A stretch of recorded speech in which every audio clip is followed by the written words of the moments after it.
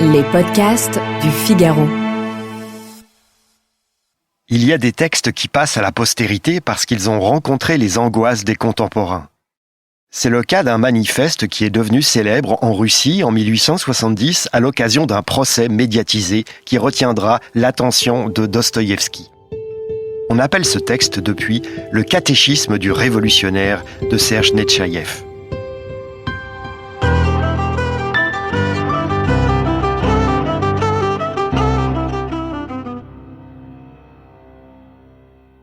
À l'époque, en Russie, le tsar Alexandre II règne. Ce souverain libéralise un peu le régime impérial.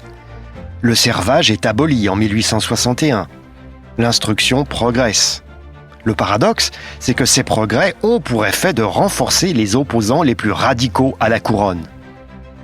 Des sociétés secrètes rêvent de révolution. Le pays de Pouchkine et de Gogol devient un chaudron en ébullition. Un premier attentat contre le tsar Alexandre II survient en 1866. C'est dans ce contexte qu'apparaît Serge Netchaïev. Né en 1847, c'est un fils de serf, un temps instituteur, animé par le désir de détruire l'ordre politique et social. Recherché par la police du tsar, le jeune nihiliste se réfugie en Suisse. À Genève, il fréquente l'anarchiste Bakounine. Et il écrit le manifeste qui va le rendre célèbre. Le catéchisme du révolutionnaire est un texte court, 4 parties, 26 paragraphes laconiques. C'est un bréviaire de l'action violente en vue de la subversion. L'auteur dessine le portrait du révolutionnaire selon son cœur. Un homme dévoué corps et âme à son objectif et décidé à tout lui sacrifier. Netchaïev écrit: le révolutionnaire est un homme condamné d'avance. Il n'a ni intérêt personnel, ni affaires, ni sentiment, ni attachement, ni propriété, ni même de nom. Tout en lui est absorbé par un seul intérêt, une seule pensée, une seule passion, la révolution. Un tel maximalisme n'était pas nouveau en Russie.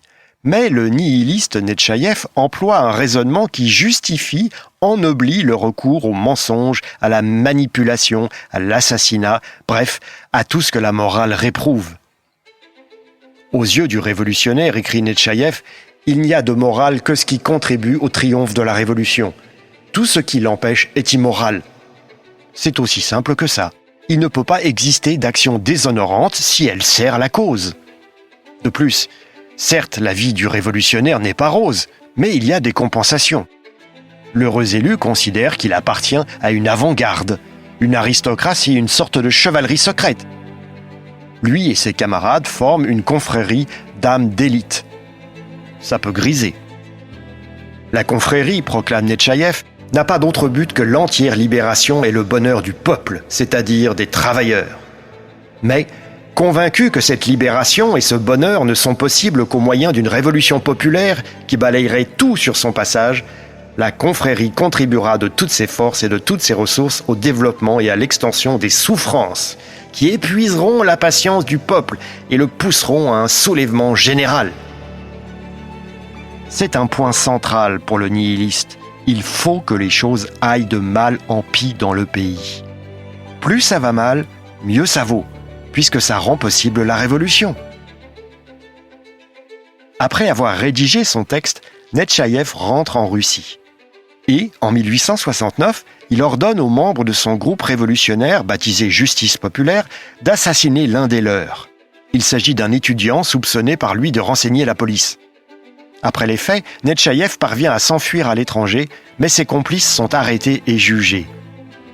Pendant l'audience, on révèle des extraits du catéchisme du révolutionnaire. Dostoïevski s'intéresse beaucoup à cette affaire. Et il en fera la matrice d'un de ses chefs-d'œuvre, Les Possédés, ou, suivant la nouvelle traduction, Les Démons.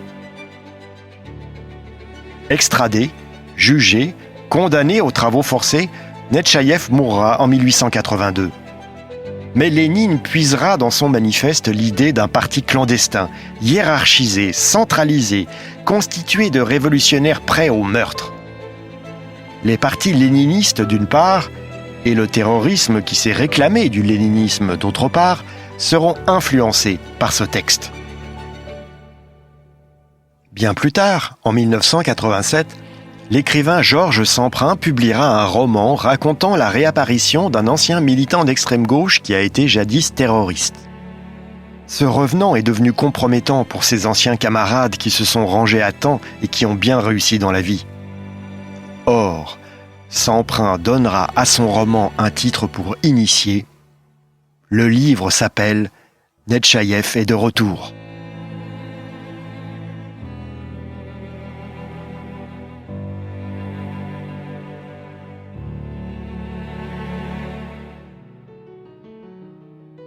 Merci d'avoir écouté ce podcast. Je suis Guillaume Perrault, rédacteur en chef au Figaro. Vous pouvez les retrouver sur lefigaro.fr et sur toutes les plateformes d'écoute.